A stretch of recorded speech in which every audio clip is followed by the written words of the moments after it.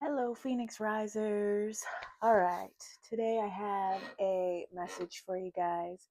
I didn't really prepare much, so I'm not sure exactly everything that's going to come out, but I do want to acknowledge the energy at play right now. Yesterday, we had a really huge, important transit with Saturn meeting Neptune at 0 degrees in Aries, which I'm sure everyone's talking about, or at least, people in the know who are interested in astrology and the planetary energies at play in regards to how it affects us on a microcosm, the macrocosm, and how it affects the microcosm.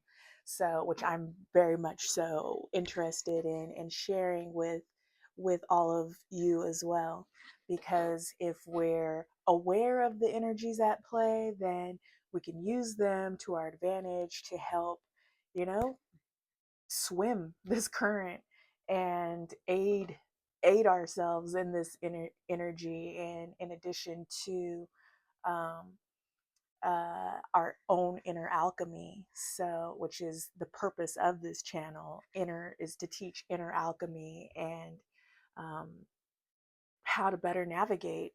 So let's get into it. Yesterday, Saturn met Neptune 0 degrees in Aries, which is uh, rare. It hasn't happened. I thought it was 2,000 years that it's been since we've had this kind of transit, but it's actually been 9,000 years since we've had this kind of transit. So what does that mean? Well, first off, Aries is ruler of the first house, which has to do with identity and self and um, self actualization, really. And I did write down a few things. For example, like what that means as far as these two planets, what they represent, and what it means with them in the house of Aries. But before I get into all of that, what's interesting to me is the not only that how rare it is of a transit, but the fact that it's happening in a year one or year 10, depending on how you look at it. We're just completing year 9, which we can officially say we are in a year. I mean, even though the new year won't be exactly until the end of March, but we are officially into the new lunar year, and the year of the fire horse, ending out the year of the wood snake. So it's no coincidence that we're polishing off a year 9 with the shedding of the snake, the shedding of the skin, and transformation, with coming into a year 1, and with the planetary energies at play, with it being in the ruler of the first house of Aries, and our planet of Neptune, which is ruled by um, ruled by Pisces, which is the last sign of the zodiac, and moving out into in meeting with Saturn, which is having to do with a lot of a lot with time in our 3D reality. So you have this mystical planet of illusions, disillusion, really, and dreams and fantasy and creation. It's where all things of fantasy live, including and also mysticism and spirituality and um, hidden things, also, but also distortions, again, illusions, and it meeting Saturn, which is in a way the opposite of that, because it's structure, it's reality, it's time, it's all things having to do with our 3D reality, the opposite of of Neptune. It's more about structure and scarcity and slowness. Um, it's restrictions and limitations. So when you have these two planets meet, it really is about um, creating something new and actually bringing your dreams into reality. And on a global scale, it's like a reset. It's creating something new and what we want to see. So I know there's a lot of horrendous energies and things being revealed and played out on a grand scale. And honestly, if you're here to hear any of that, if you want to hear fear-based, things focused on these atrocities that are being played out, and fear-based um,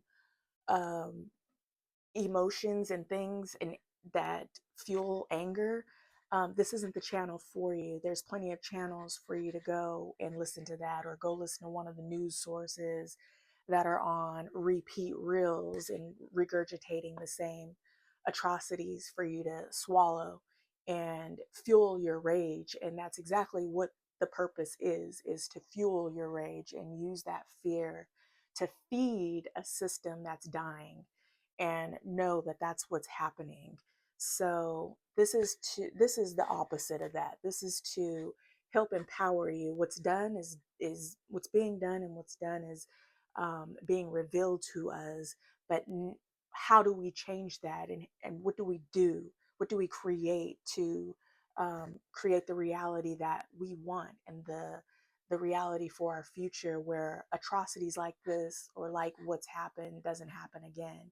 Not going to get into it, but again, this channel is to teach inner alchemy, and it's to help raise the vibrational frequency of the collective consciousness, which ultimately um, is to help each individual. I mean, you start on an individual level, and um, shine that light, let that light from within reflect outward and spark whoever it can. And if everyone were to do that, imagine the impact we could have as a collective, as a society, as a species. And where it's already happening. We've already gone through the or going through the dissolution of a dying system, and experiencing things coming to light that have been hidden, in order to open that wound up and pour the antiseptic and heal from that space. So um, again, this channel is to help you find your inner power, and um, alchemize your emotions, and um, really regulate your nervous system, and recognize where you're giving your power away, and how to consciously create, co-create um, our future. So the planetary energies at play right now are no coincidence that it's that these energies are here to help us in order to do that. And um, this particular transit, this conjunction of Saturn and Neptune in Aries, is going to be for the next 2 years. So we really have the next 2 years to use this energy for our advantage. So what does that mean? It really means an opportunity for self mastery. So the archetypes I think of with this energy, first off, is, we're dealing with Aries. So I think of, and 0 degrees, I think of the Fool in tarot. The Fool is 0 in tarot, and it represents, and it's a card of Aries. And I think Pisces too, but I'm not sure. Don't quote me on that. But it's a card of new beginnings and leaping.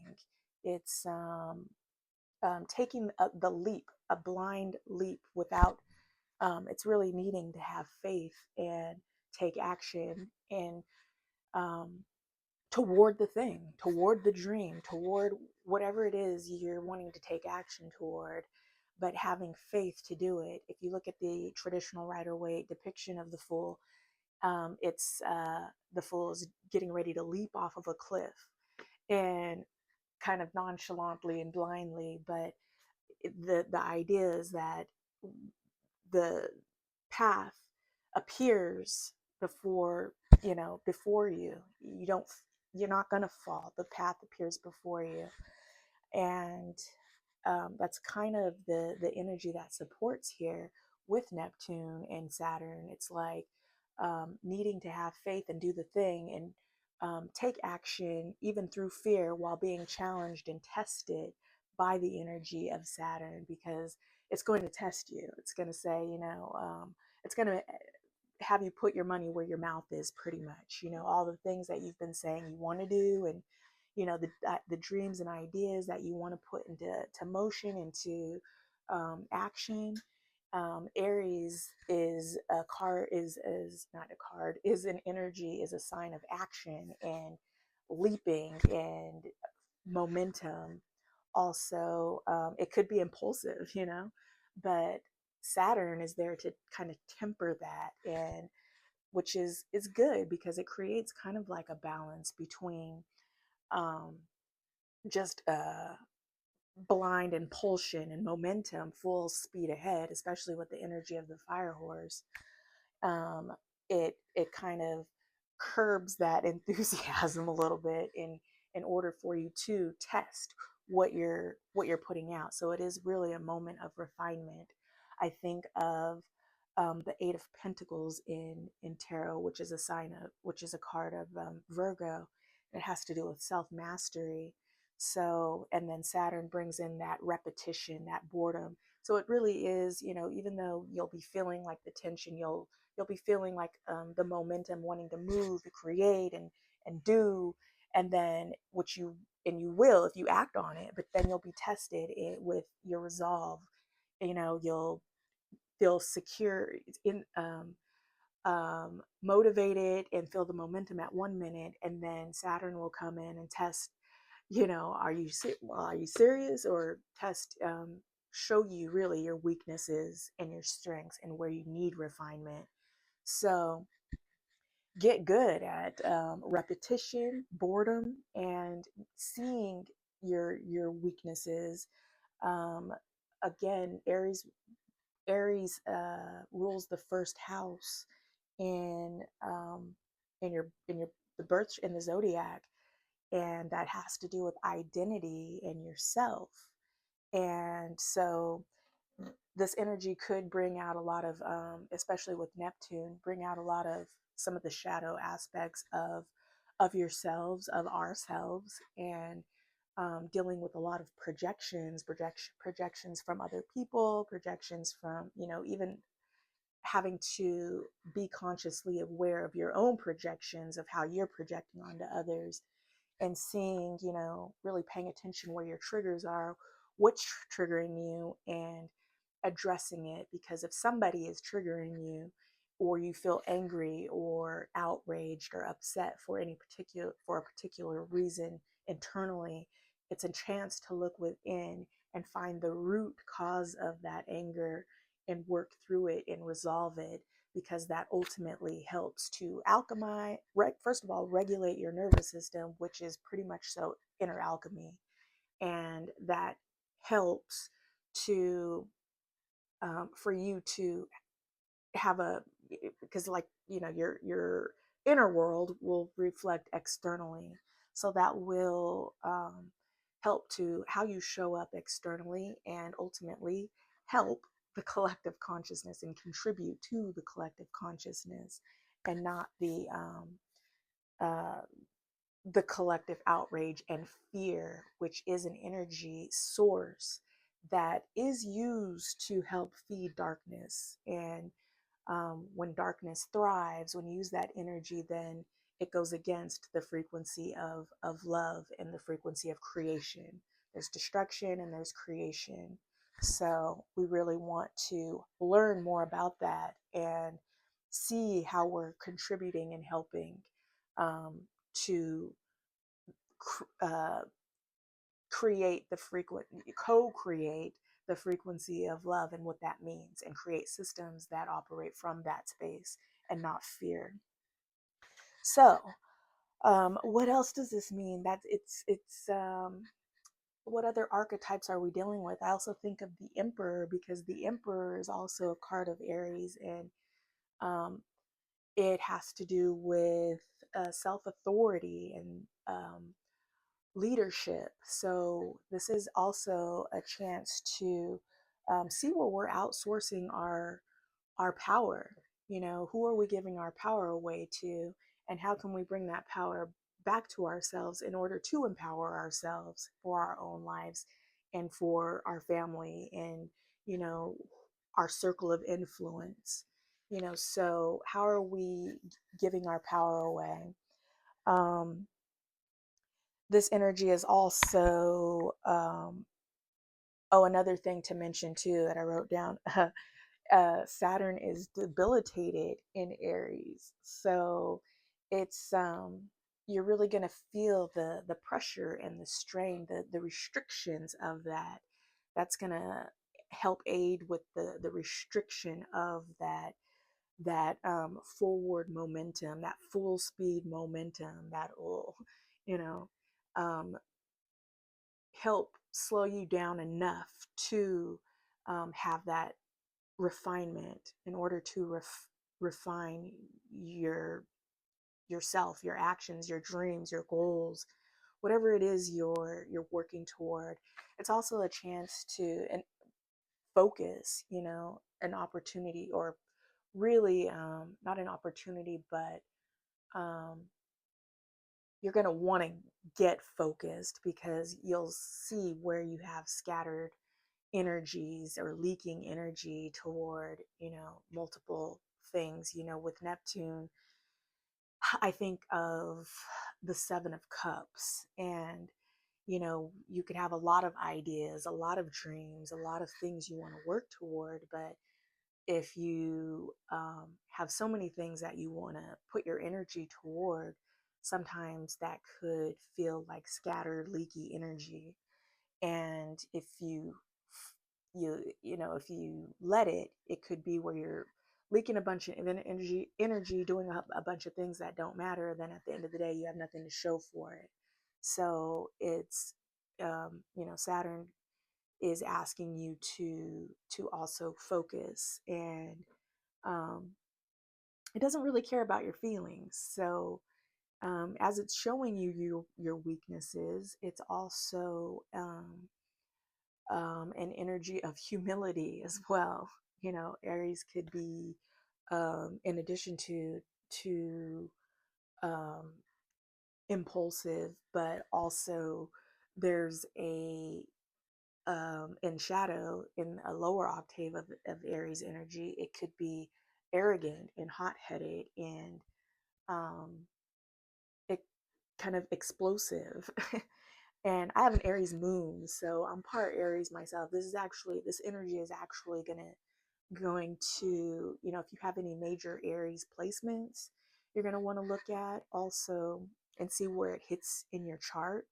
Mine hits in the 6th house of Virgo. So, and also, oh wait, is it the 6th house of Virgo?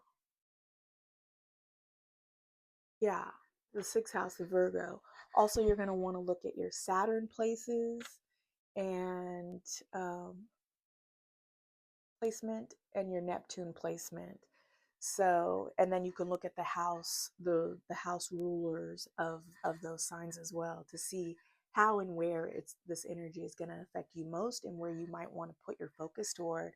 So for me, it's the 6th house of Virgo, which has to do with self mastery, the body, and Aries being, you know, about your identity and who you are, and with it being in my um uh Aries being in my 10th house. Oh my gosh, I can't even remember now. Uh let me see. Just to give an example. So, you know, yeah, so my 6th house is my Aries moon, and that's the house of Virgo. So I'm going to be focused on, I'm going to want to focus on things having to do with service, and also my body, my health, anything health related, and also things related in my 11th house, where my Saturn placement is, which has to do with the collective and community, um, community, really. And so that's just to give an example. There's more in-depth ways you can look into that. This particular video isn't for that, and it's very specific to each individual. um, you can always DM me if you would like more information on that, or a private reading on that. I would be glad to do that. But for the purposes of this video, just to give you an example, and you happen to know if you have any major Aries placements like Sun, Moon, Rising, Venus, um, look to see what house it's in, and you can see how or where your focus is going to want to be for the next 2 years, or where it's going to be highlighted, really. And then also check your Saturn placements. So, what else? Yeah, think of it's not going to be, I mean, it really is perspective, how your perspective is going to be on it. But you, you're going to be tested, and testing, you know, and also self-mastery isn't comfortable. When you think of athletes, or any kind of skill or profession that takes work and time and repetition and redundance, really repetition. Like, I wrote down a couple of examples. Like, for example, a ballerina. Like, have you seen a ballerina's feet? There's they're permanently um, altered because of their repetitive movements, and um, moves and steps, and how they have to train their muscles to do the moves that they do. And it looks graceful and beautiful, and they make it look effortless. But there's so many hours and minutes and time and repetition spent strengthening and breaking and strengthening and breaking down those muscles in order to be able to create that movement and those, that grace. So, and it's painful. That, I'm sure that's got to be painful. It looks painful when when they're going through it. And then also, like, a guitarist, a guitarist. This is an example I heard from somebody else. I don't know anything about playing guitar, but the strumming the strings on that guitar is painful to your fingers, and it takes time to build up calluses and strength in your fingers in order to continue for any length of time playing a guitar. um, and then after a while, you're resistant to it. And I know that's the same thing for martial artists too. um, you know Wing Chun and Kung Fu, which my late husband used to practice. When you have uh, that, I can't remember what it's called, but it's like the wooden dummy where you practice your movements on there, and you're repeatedly hitting, your arm, and you're making these blocking moves.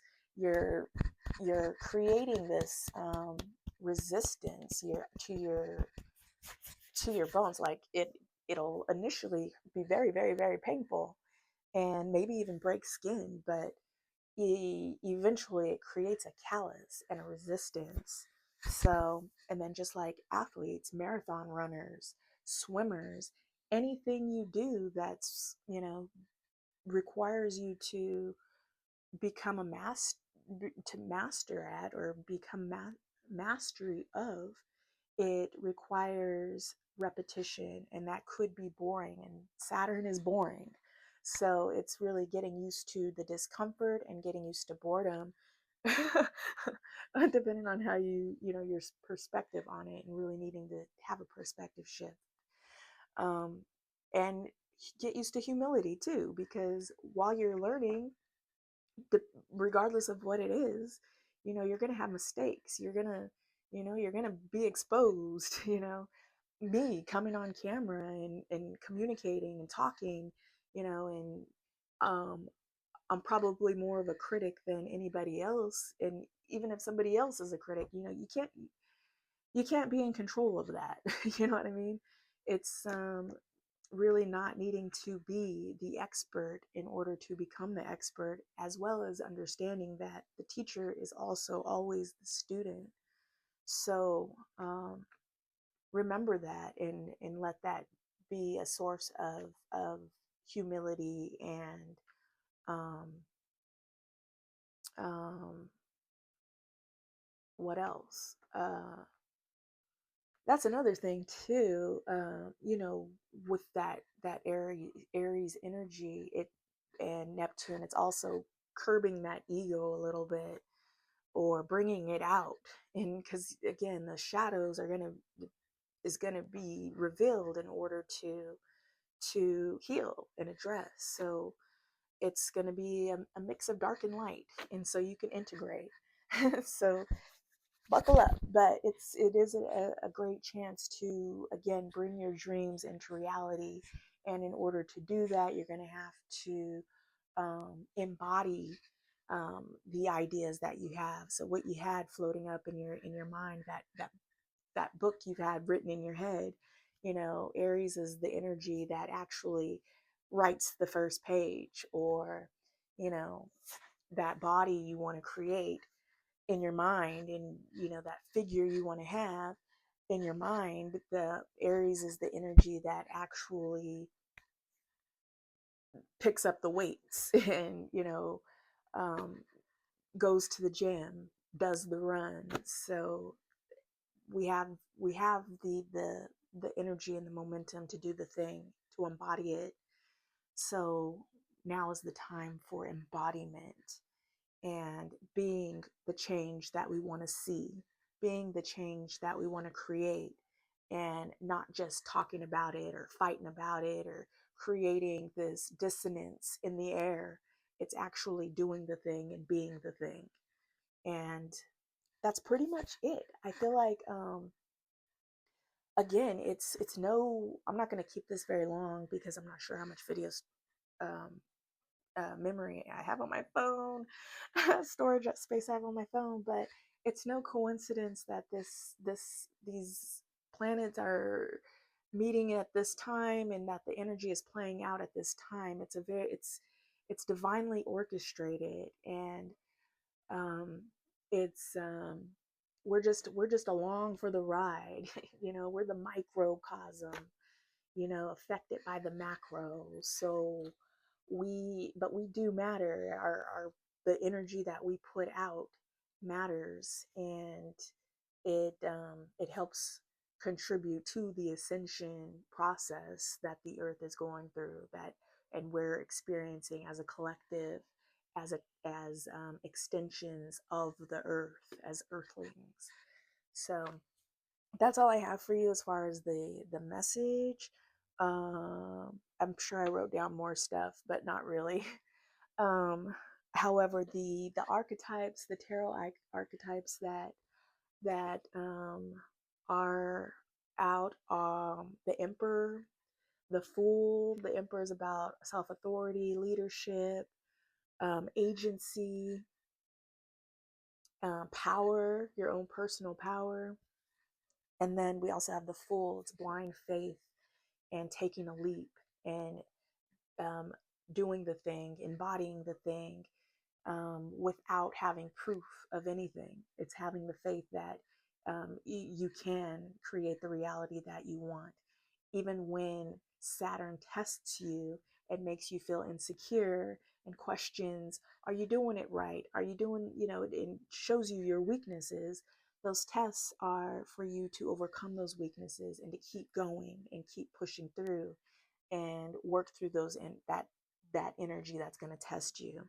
Look it in the face and keep moving.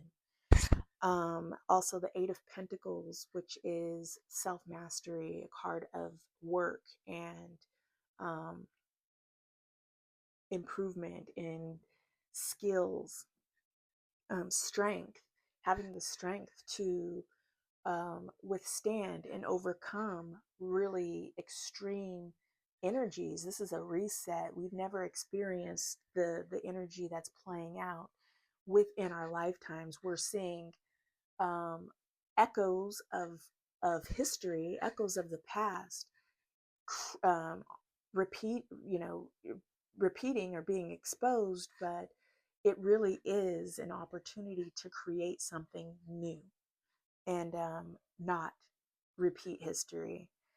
Also, the moon, because there's a lot of, because it's new and because it's, something we've never experienced in our lifetime.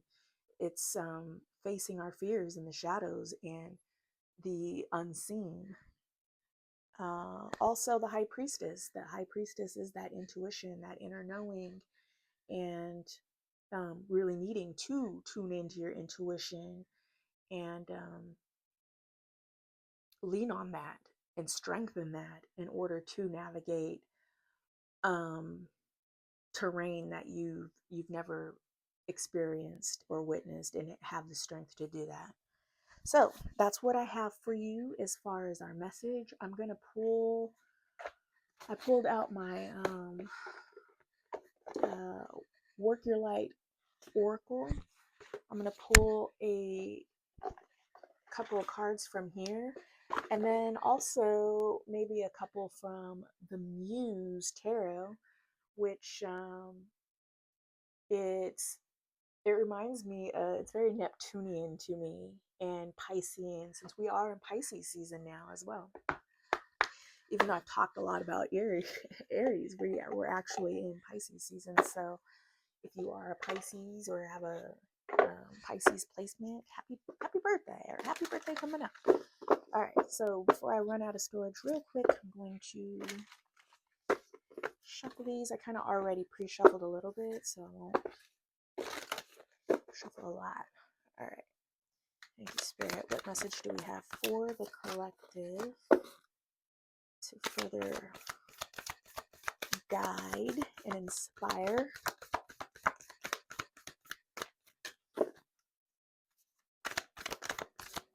Maybe 2 cards. Oh, also tomorrow we have the 222 portal, which is a very potent portal day that gives you the opportunity to release. It's all about, here we go, relationships, and it has the energy of 2, which is about relationships, whether it be of any kind, but mainly any karmic release, karmic residue related to parents, your mother, your father, your siblings, um, your unions, your romantic unions, any wounds um, or energetic karmic wounds you're still holding on to. It's a chance to release that. You have to do it consciously though, so it's going to require meditation. This is Maria has a really good video on that. I'm not going to get into it now, but just so you know, tomorrow is a portal day, a very strong, energetic 222 portal that is good for karmic release. So any kind of meditation, guided meditations, you can write out all things that you want to release and let go. You can burn it, soak it in water, bury it in earth. I like to use all the elements when I do mine. So that's alchemy. I like to write it, burn it, soak the ashes in water, and then bury it in the soil of a plant or outdoors, wherever. So you have earth, air, water, fire. Okay, so we have a couple cards that came out. We have Share Your Voice. Share your voice. Come out of the cave. Persecution, expression. Yes. Speak. Don't be afraid to share your voice. Let's see. Oh, and then we also have Starseed. I think this one, oh, here we go. Well, here's Starseed. We'll read that one first since I turned to it. I don't know if you can see that. Okay. What lights you up? Starseeds are souls with a double mission to raise their own consciousness and the consciousness of the planet. They are old souls who have incarnated elsewhere beyond this planet. Many starseeds arrive with a feeling that time is running out and that there is something that they came here to do or create or contribute. If you pulled this card, it is to confirm that you are a starseed and you are being encouraged to answer the call, to follow what lights you up. Once awake, most star-seed souls find it hard to have meaningless conversations, jobs, and relationships. They innately know that there is much more to life and feel that there is something more and get to work. They remain restless until they step into their calling, which is to light up the world with their unique presence. Starseeds are scattered all over the planet in hospitals and schools, in slums and mansions, on stages and in edit suites, in parks and nightclubs, in taxis and theme parks. Many many starseeds spend parts of their lives trying to fit in or in some form of spiritual closet. If you are dimming your light to fit in, it is time that you stop and start embracing the unique light that you came here to share and treat your time on earth like a glorious vacation. That ultimately helps raise the vibrational frequency of the planet. When you live in joy, when you live in love, when you live in good health, then that inspires and helps others to do the same. And if we're all doing that, who has time for killing, stealing, lying, cheating? We're moving into a higher vibrational frequency, but in order to do that, we have to shed the darkness, and that begins on an individual level. Listen to your higher calling and act on it, and know that that's part of your soul's purpose, and your soul wanting to express, or your soul's purpose to express while you're here in this incarnation. All right, share.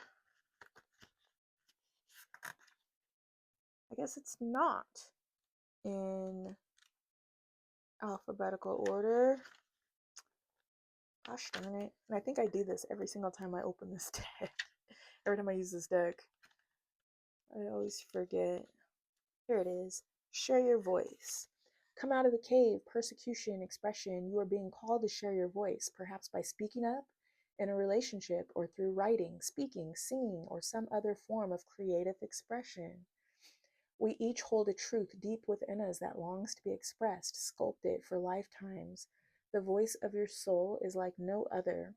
It carries with it wisdom that can only be gained through soul history and growth by remembering, tapping into, and unique expressing this unique tone. We not only heal ourselves, we also heal the planet at large. When you share your voice, you unlock something in the universe and call a missing piece of you home. Your individual voice is the most powerful sound current on the planet. If you have kept your soul's voice silenced or held back, chanting or singing could be truly life-changing for you. As we shed the layers of our personality and start letting our unique soul speak through us, we discover that we actually have a very clear message that longs to be shared. The more we speak it, the clearer it gets. There has never been a better time in history than right now to rise up, speak your truth, and share your soul's voice.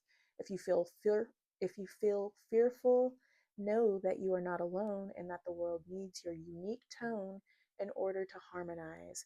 As we each rise up and share our song, we make it easier for the next person to do the same. Oh, I forgot to read the activation last time.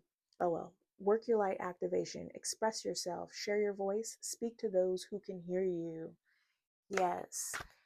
Speak to those who can hear you. Don't worry who doesn't resonate with you. Those who resonate with you will find you. It's not for you to make people understand you, make people show up for you. All you can do is listen to the song of your soul and express it, and you know that's all you can do.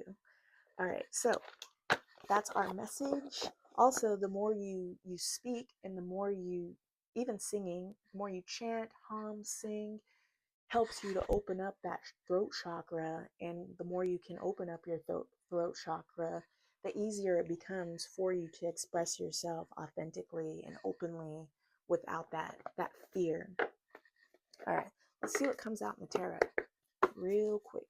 I feel like I'm going really fast now because I don't have a lot of storage. I don't want it to cut off before we're done. How's that 40 minutes already? I feel like I just started. Long-winded, this one.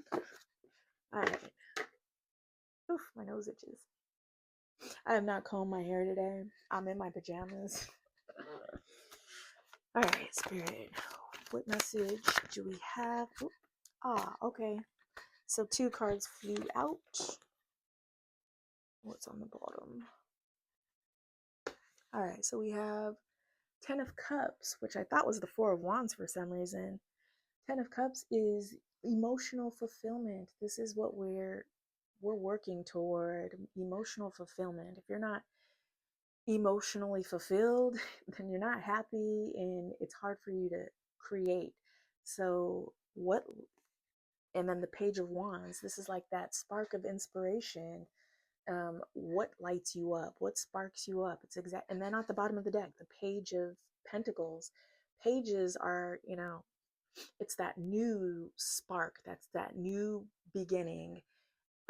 Planting new seeds, whatever you want to see come to fruition. And that Page of Inspiration, that's like the Page of Wands. That's that that that spark, that inspiration, that drive, in order for you to plant the seeds for growth for tomorrow, and ultimately for emotional fulfillment. That 10 of Cups. And that's all I have for you. I'm going to leave you there because we don't want to run out of time. So I hope this message finds you well. I hope this message resonated. If it did, please feel free to like, share, subscribe, and let me know how it resonated. And come back for more. All right, keep on rising. Don't forget to check out that 222 portal tomorrow and see what you can do to let go and release any karmic residue. All right, bye.